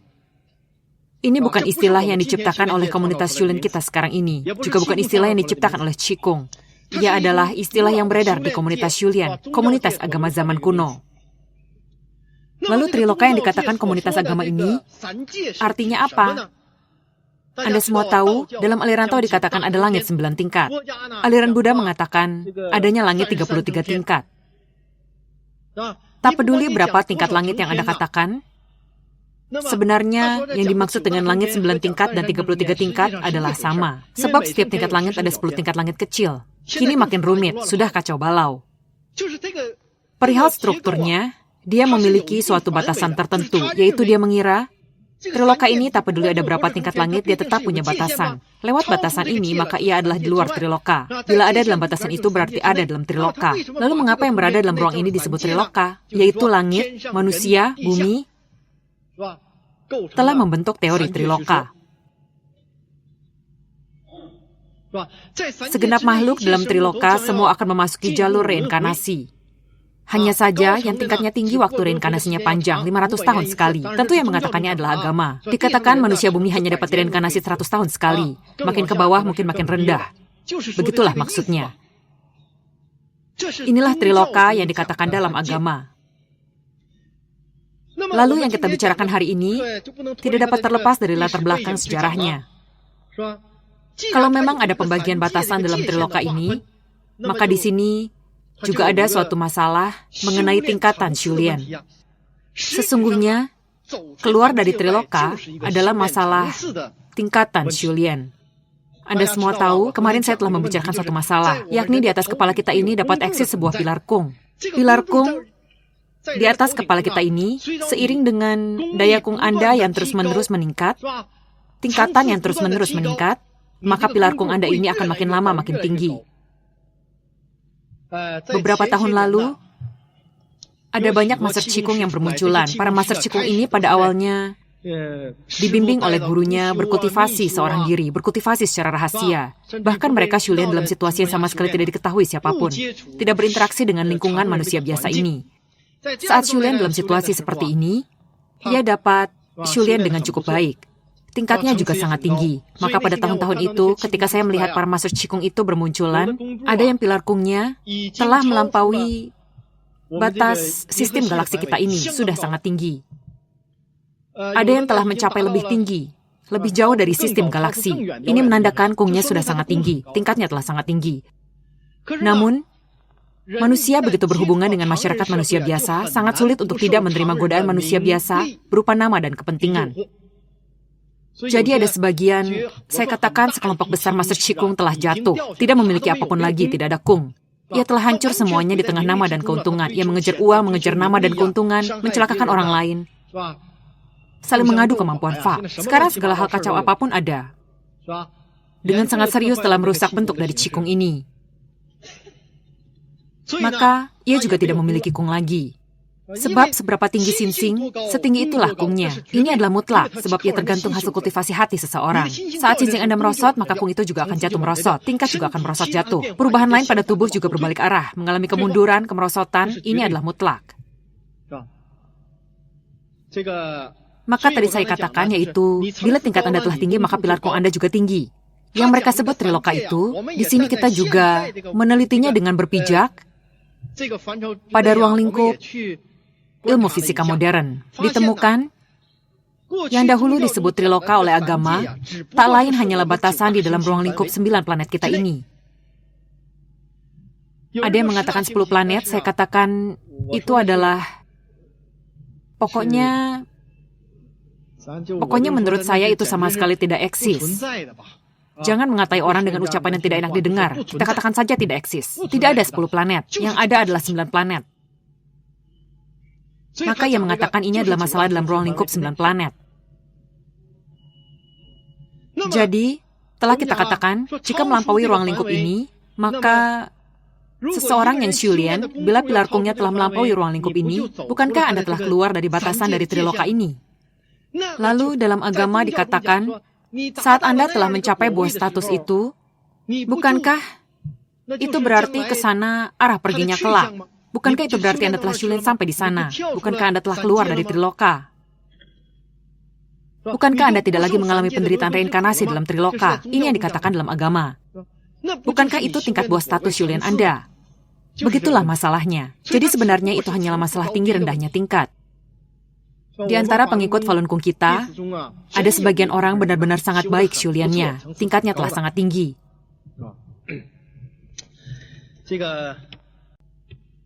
Tadi berbicara masalah keluar dari triloka tidak berada pada 5 elemen. Kita bicarakan sampai di sini. Berikut, kita bicarakan lagi tentang hati yang mengejar sesuatu. Di Tiongkok Timur Laut, di kampung halaman, saya menyelesaikan sejumlah masalah. Telah tinggal di rumah selama 3 bulan lebih. Saya juga hendak mengamati situasi perkembangan Falun Gong saat saya tidak ada.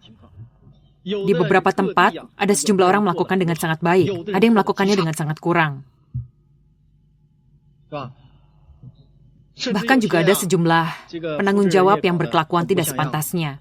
Tentu ada sebagian yang belum pernah ikut ceramah. Ada sejumlah orang membentuk kelompok di berbagai tempat. Ia pernah ikut sekali ceramah dan belum mengerti, lalu membentuk pusat bimbingan dan mengakibatkan... Tentunya dapat dikatakan ada orang datang belajar Kung dengan tujuan sangat tidak murni. Shulian sejati, Anda harus memurnikan hati Anda. Dulu dikatakan, jika ingin berkultivasi raga, maka harus memiliki niat hati yang mantap. Anda harus meluruskan pikiran Anda. Anda datang belajar Fa dengan obsesi mengejar sesuatu, apapun tidak akan Anda peroleh. Mengejar sesuatu itu sendiri pada dasarnya adalah keterikatan. Saya dapat memberitahu Anda suatu prinsip sejati. Tujuan orang Shulian adalah menghilangkan berbagai macam keterikatan. Hati di tengah manusia yang terikat dan tidak mau melepas itu. Jika Anda mengejar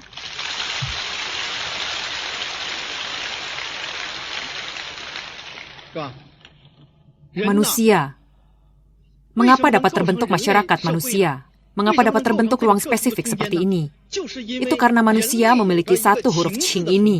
Ia juga adalah Chen Sanren dalam Tafa, yang dimanifestasikan pada tahapan paling akhir. Ada eksistensi Qing, maka Anda suka apa, hobi Anda apa, Qing antara kerabat dan teman baik, Qing antara pria dan wanita, Qing antara orang tua dan anak, Qing antar saudara. Anda suka dan tidak suka makan apa, Anda suka pekerjaan apa, Anda ingin dan tidak ingin terkenal, demi nama dan keuntungan Anda pamer, semua niat hati Anda ini bermula dari Qing ini. Senang, marah, sedih, bahagia, semuanya adalah Qing ini. Manusia seumur hidup memang hidup demi Qing ini. Saya beritahu Anda, sebagai orang yang sungguh-sungguh Shulian, setiba di tingkat yang sangat tinggi, Anda harus membuang Qing ini. Qing ini juga dapat menampakkan banyak sekali keterikatan hati. Demi Qing ini, manusia mengejar nama, mengejar keuntungan, bahkan usia telah sangat lanjut pun masih saja mengejar nama dan keuntungan, mengejar harta kekayaan dan kedudukan.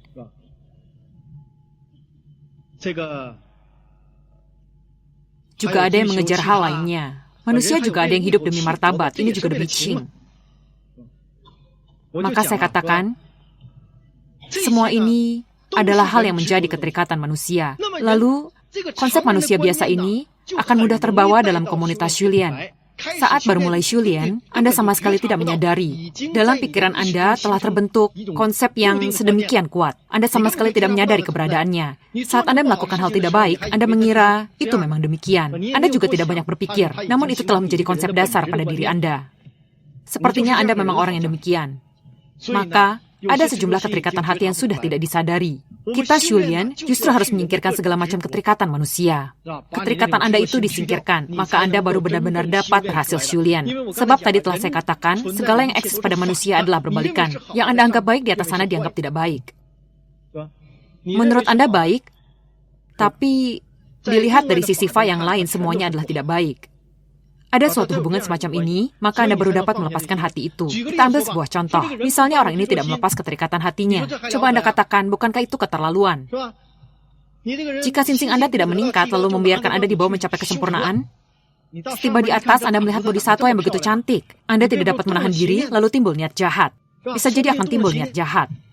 Begitu melihat harta kekayaan ini, oh kemampuan Kung orang ini sungguh hebat. Mengapa saya tidak bisa? Anda tidak dapat menahan diri, timbul iri hati. Lalu Anda bentrok dan berselisih dengan orang lain.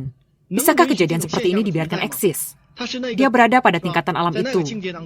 Dengan kata lain, jika Anda hendak meningkat hingga pada tahap itu, maka Anda harus memurnikan hati Anda ini. Mengutamakan Shulian sinsing Anda, barulah Anda dapat meningkat. Seberapa banyak keterikatan yang Anda lepas, sebersih itu pula hati Anda. Maka sebanyak itu Anda dimurnikan, dan setinggi itu pula lah Anda akan dapat meningkat. Kemarin saya katakan, Kung didapat dari kultivasi dan bukan dari berlatih. Berlatih hanya untuk perubahan penti. Metode Kung kita ini membicarakan kultivasi ganda watak raga, perubahan penti. Maka kita membicarakan masalah Kung. Ajaran Sakyamuni saat itu orang-orang tidak membicarakan perubahan penti. Hanya membicarakan nirwana, tubuh sudah tidak diinginkan lagi. Maka ia katakan hanya berbicara shu kultivasi dan tidak membicarakan lian berlatih. Ada orang yang mengikuti kelas ceramah kita, ada yang mengejar kemampuan Kung. Yang paling banyak adalah datang dengan tujuan menyembuhkan penyakit. Meskipun mulutnya tidak mengucapkan penyakit, namun hatinya tidak dapat melepas penyakitnya itu. Sebab penyakitnya sangat parah. Ada sejumlah orang hendak menarik saya mengobati penyakitnya. Ada orang yang menulis surat kepada saya berulang kali menyinggung masalah penyakitnya.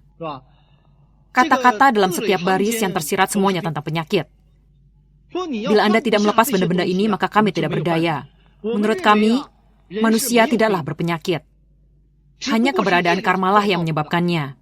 Sebab itu kami menemukan ilmu fisika modern. Dalam ilmu fisika modern kita sekarang, ditemukan bahwa melalui mikroskop dapat terdeteksi bakteri, virus penyakit, dan kuman. Virus lebih kecil dibandingkan dengan kuman penyakit. Mereka adalah keberadaan dua jenis karma yang berbeda. Saat ditampakkan dalam ruang kita ini, bentuk eksistensi materinya adalah kuman. Sedang bentuk keberadaannya di dimensi lain adalah karma. Pada ruang kita ini, dengan Anda menggunakan obat, ia dapat dibunuh. Namun saya beritahu Anda, di ruang sana dia tidak mati, akarnya masih ada, ia masih dapat tumbuh lagi, masih bisa mendapat penyakit. Sekarang tidak sakit, di kemudian hari akan sakit. Bahkan karma seperti ini juga dapat berubah wujud. Anda tidak menemui kesulitan ini, akan menemui kesulitan lainnya. Telah kita bicarakan, bukankah tadi telah saya katakan, semuanya ini juga bukan eksis secara kebetulan. Sebab banyak di antara kita dulu telah berbuat hal tidak baik, yang terkumpul, terakumulasi, dia juga bukan benda yang berasal dari satu masa kehidupan Anda sekarang ini saja. Saat ini, banyak dari kita yang berlatih Kung berpikir, mengapa berlatih Kung saya begitu menderita? Latihan Kung ini kenapa? Ada yang menulis surat pada saya. Guru, mengapa begitu berlatih Kung saya merasa sangat menderita? Mengapa tidak dapat berlatih Kung lagi? Anda minum teh, duduk mengangkat kaki sambil menonton TV, Kung ini lalu meningkat terus ke atas. Bagaimana mungkin? Anda tidak membayar hutang Anda. Saya beri sebuah contoh. Orang ini hendak pindah ke luar negeri. Kondisi hidup di luar lebih baik. Ia ingin menikmati hidup di sana. Namun di dalam negeri Anda meminjam banyak uang. Tanpa membayarnya orang lain tidak akan membiarkan Anda pergi. Bukankah begitu? Anda akan pergi. Hutang pada saya belum dibayar. Bolehkah Anda tinggal begitu saja? Bolehkah? Bukankah seharusnya Anda melunasi hutang dulu baru pergi? Begitulah perumpamaannya. Satu contoh di manusia biasa. Begitulah maksudnya.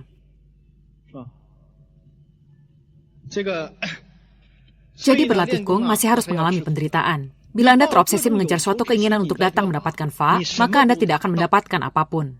Baik Anda ingin menyembuhkan penyakit atau ingin memperoleh kemampuan kung, bahkan jika Anda datang untuk mendengar teori, lalu pulang ke rumah dan diri sendiri mengarang sesuatu secara ngawur untuk menghasilkan uang, ini juga merusak tafa kita. Saya beritahu Anda, jangan sekalipun berbuat demikian. Bila begitu, Anda telah merusak tafa. Bukankah begitu? Ini adalah suatu hal yang menyangkut nyawa. Contoh seperti ini sudah terlalu banyak. Jika saya katakan, mungkin Anda akan takut, maka tidak kita bicarakan hal ini.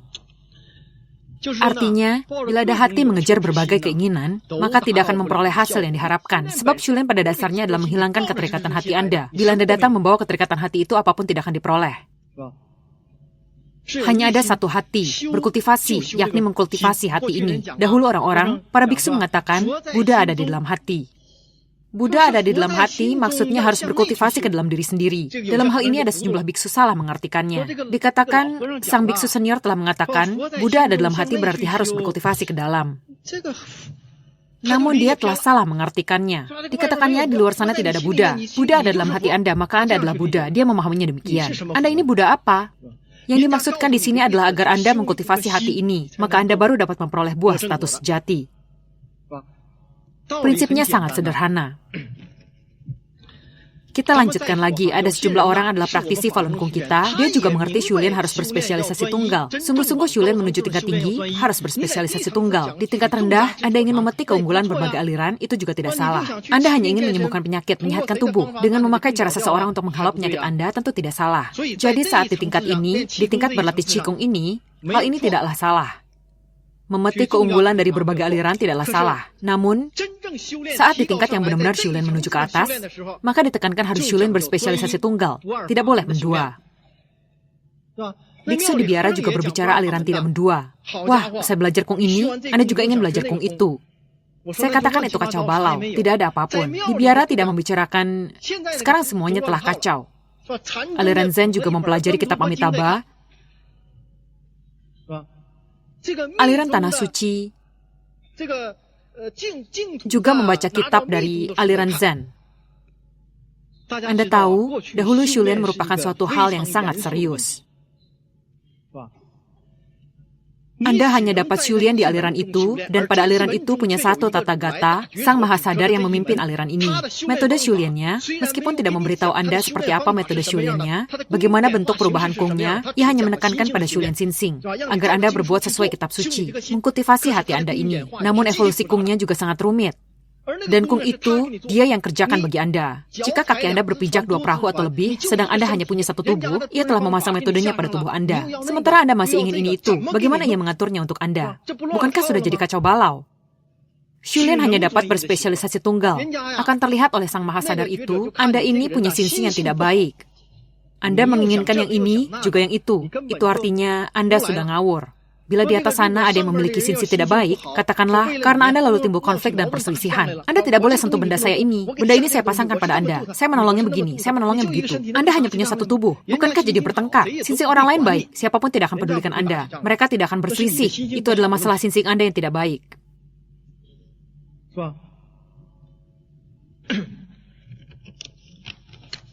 Ada lagi sejumlah orang yang tergiur oleh kemampuan kecil ini. Mengejar benda seperti ini. Lihat-lihat siapa yang memiliki suatu kemampuan. Yansen-nya dapat melakukan apa, ia punya kemampuan seperti apa. Semuanya hanya kemampuan kecil, bukan apa-apa. Tidak dapat memperoleh buah sejati. Hanya fa sejati yang dapat memperoleh buah sejati. Orang mengatakan pada masa akhir Dharma, setan, iblis, dan makhluk aneh semuanya bermunculan. Ini adalah yang dikatakan Sakyamuni. Ini dikatakan dalam agama, bahwa masyarakat manusia biasa di mana-mana telah menjadi kacau. Sesungguhnya, yang dimaksud Sakyamuni dengan masa akhir Dharma tepatnya adalah saat ini. Telah sampai pada tahap akhir dari masa akhir Dharma. Saya beritahu Anda semua, dalam masyarakat manusia di mana ada tanah suci, coba Anda pikirkan. Konflik antar sesama manusia telah sampai pada tahap yang begitu runcing. Telah sampai pada tahap seperti apa? Di mana ada tanah suci? Di mana-mana adalah kehidupan normal masyarakat manusia biasa kita yang semuanya mendapat, selalu saja ada orang yang merusak mengganggu. Tidak ada tanah suci. Tentu dibicarakan sebaliknya, saya katakan Falun Gong kita ini adalah tanah suci. Saya berani mengatakannya demikian.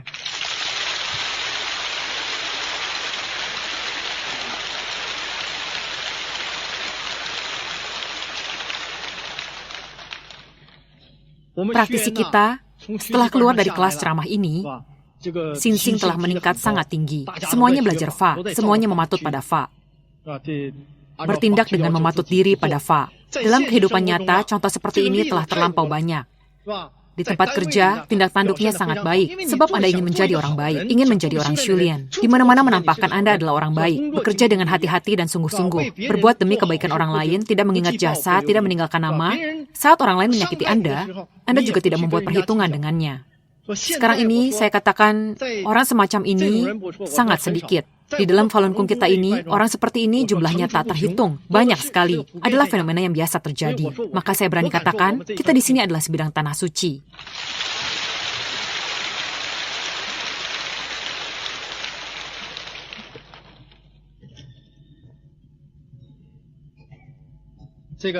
Masih ada sejumlah orang yang sangat mementingkan kemampuan Kung. Sebab kemampuan Kung bukanlah sesuatu yang menentukan tinggi rendah tingkat seseorang. Kemampuan Kung hanyalah hasil sampingan Shulian seseorang. Semua orang memilikinya. Tanpa adanya kenaikan tingkat, tanpa adanya kenaikan tingkatan Xinxing, tanpa ada energi yang memperkuat, apapun jadi tidak bermanfaat. Adapun, tapi seperti tidak ada. Jadi sebab utama yang menentukan tinggi rendah tingkat seseorang adalah Kung Anda. Kung hasil kultivasi Anda ini. Sedang Kung hasil kultivasi ini dihasilkan dari meningkatnya Xinxing. Maka saya katakan standar seseorang itu baik atau jahat, standar menilai tinggi rendah tingkat seseorang, yaitu dengan melihat pada hatinya, pada tinggi rendah Xinxingnya. Inilah satu-satunya standar yang membedakan tinggi rendah tingkat seseorang. Tentu, sekarang ini tinggi rendah tingkat tersebut, dari sudut pandang kemampuan Kung, kita juga dapat melihatnya. Akan saya bicarakan lagi pada tahap pelajaran mendatang, karena keterbatasan waktu tidak dapat berbicara terlalu banyak. Jangan sekali-kali memakai ini untuk membagi tinggi rendahnya tingkat. Di Beijing dan Changchun, dua tempat ini, ada muncul orang seperti ini. Setelah berlatih Kung, ia mulai tidak menganggap siapapun. Dia berpikir, tingkat Tianmu saya begitu tinggi. Saya dapat belajar Falun Gong, berarti saya juga bukan orang sembarangan. Di antara semua praktisi Falun Gong, Tianmu saya yang terbuka paling baik. Saya lebih hebat dari mereka semua. Kemudian hati ini, sesungguhnya hatinya mulai tergerak. Begitu hati ini tergerak, maka menjadi sangat serius. Ia dapat berkembang terus. Ia akan merasa bangga dan puas diri, bahkan meremehkan orang lain. Hati yang lain pun akan ikut bermunculan. Lalu akan berkembang menjadi, saya bisa mencapai semua ini, mungkin saya juga bukan orang sembarangan. Akhirnya, ia bahkan tidak menganggap saya lagi. Semua belajar dengan saya saja, saya adalah Buddha. Jangan belajar dengan Li Hongzhi lagi. Changchun dan Beijing telah muncul dua orang seperti ini. Semua diakibatkan oleh hal ini. Tianmu dapat melihat, begitu orang ini merasa demikian maka habis semuanya. Hancur sampai dasar. Hancur sampai dasar. Ia telah berbicara sembarangan. Berikut, akan saya bicarakan satu hal lagi. Kemarin, di antara kita ada sejumlah orang yang tubuhnya sebenarnya tidak baik, telah mengalami beberapa reaksi. Reaksi yang timbul agak kuat. Ada sejumlah orang pulang dengan merasakan tubuhnya sangat nyaman. Praktisi baru, juga praktisi lama yang tidak ketat mematut diri pada ajaran Falun Gong. Tubuh Anda mulai hari ini akan muncul suatu reaksi yang agak kuat. Ada sangat banyak orang yang akan mengalami reaksi ini. Sebab mulai 4 hari pertama, kami akan memurnikan tubuh Anda semua. Jadi munculnya lebih dahsyat. Sebab sisa waktu akan kami gunakan untuk menyelaraskan, mengharmoniskan tubuh Anda. Terakhir masih ada sejumlah orang yang akan timbul Kung. Maka keseluruhan ceramah kita ini hanya ada 10 sesi dalam 8 hari. Jadi munculnya agak dahsyat. Dahulu saya adakan kelas 7 hari. Ada orang, saat penyakitnya dihilangkan dengan terlalu dahsyat, ia mudah pingsan. Maka saya tidak adakan lagi kelas 7 hari, paling sedikit 8 hari. Karena mempertimbangkan ada banyak praktisi luar daerah, ribuan li datang ke sini, biayanya sangat besar. Makan dan menginap pun jadi masalah, jadi sebisa mungkin kita persingkat waktu. Tidak bisa dipersingkat lagi, hanya dapat dipersingkat hingga 8 hari. Jadi, reaksinya sangat kuat. Kelas 10 hari adalah yang paling stabil. Ada sebagian orang, saya katakan, ini saya jelaskan dulu pada Anda. Anda mungkin akan merasa nyeri kepala, nyeri otak. Bagian tubuh yang dulu pernah sakit sekarang kambuh sakitnya. Tak nyaman, mual, pusing, bahkan merasa lemas. Seperti terserang sakit keras, seperti terkena demam hebat. Kondisi apapun mungkin akan bermunculan. Bukan berarti setiap orang akan muncul semua keadaan tersebut. Saya katakan, ada yang akan mengalaminya, ada orang yang akan timbul keadaan seperti ini. Ada orang yang sekujur tubuhnya berpenyakit. Sekujur tubuh jadi menggigil, seperti sakit. Kemarin sudah saya katakan, kami hari ini akan mengambil seluruh sumber penyakit pada tubuh Anda itu.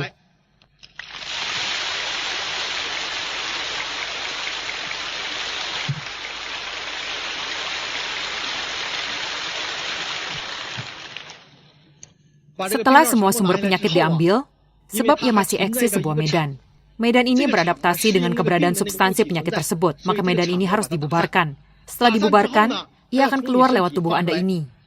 Sebenarnya kita juga bisa memurnikan medan ini, namun tidak boleh membersihkannya begitu saja. Mengapa dikatakan demikian? Hari ini kita telah berbuat sangat banyak. Jika medan ini, Anda sendiri sedikit pun tidak menanggungnya, diatur semuanya beres dan semuanya sudah Anda lewati, ini juga tidak sesuai dengan prinsip alam semesta ini. Maka Anda masih harus menanggung sebagian. Mungkin ada reaksi yang berbeda. Di sini tak enak, di sana tak nyaman. Namun saya beritahu Anda, itu bukanlah penyakit. Ini adalah reaksi yang baik. Saat di klimaks, sesuatu akan berbalik. Makin Anda merasa tidak nyaman, mungkin ia telah mencapai keadaan yang makin membaik. Ada sebagian orang lagi, tidak termasuk di dalamnya. Ada sejumlah orang adalah penderita penyakit berat. Sudah sangat berat, telah masuk ke kelas ceramah ini. Ia tidak mengatakannya. Orang-orang ini perkecualian. Jika Anda punya reaksi tidak baik, Anda bergegaslah ke rumah sakit. Kami di sini hanya dapat melakukan ini bagi mereka yang sungguh-sungguh syulian. Jika saya lakukan, berarti melakukan kejahatan, merusak prinsip utama alam semesta ini. Saya pun harus menerima hukuman.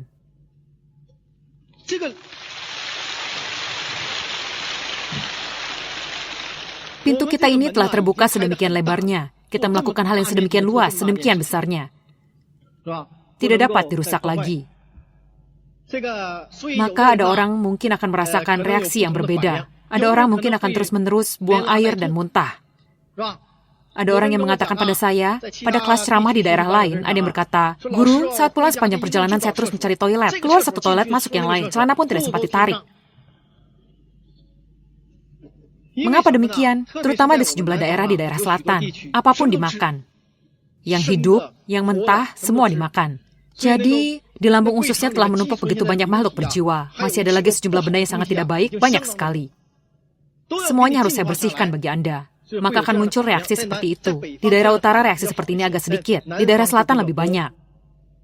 Usus dan organ tubuh Anda semuanya harus dibersihkan. Jadi Anda akan merasakan hal seperti ini. Ada orang yang hanya buang air tapi tidak muntah. Ada yang hanya muntah tapi tidak buang air. Mungkin berbagai macam reaksi semua ada. Ada yang mengeluarkan gumpalan darah berwarna hitam. Sesuatu yang seperti nanah. Sesuatu yang seperti nanah. Ada yang memuntahkan benda seperti itu. Pokoknya akan muncul berbagai macam reaksi. Tapi semua itu adalah hal baik. Ada juga orang yang tertidur. Saat saya selesai bicara, dia pun terbangun. Ada sebagian orang mengapa tidur? Sebab otak manusia adalah organ paling sensitif. Di utak-atik sedikit saja Anda sama sekali tidak tahan. Ada orang otaknya berpenyakit, bisa terkena penyakit serius. Maka harus dibenahi. Membenahi otak Anda harus terlebih dahulu membuat Anda tidur. Tanpa tidur dan membuat Anda mati rasa, Anda sama sekali tidak akan tahan. Namun ada sebagian orang, indera pendengarannya tidak berpenyakit. Jadi dia tidur sangat lelap, tapi tidak ada satu kata pun yang terlewati. Semua terdengar masuk.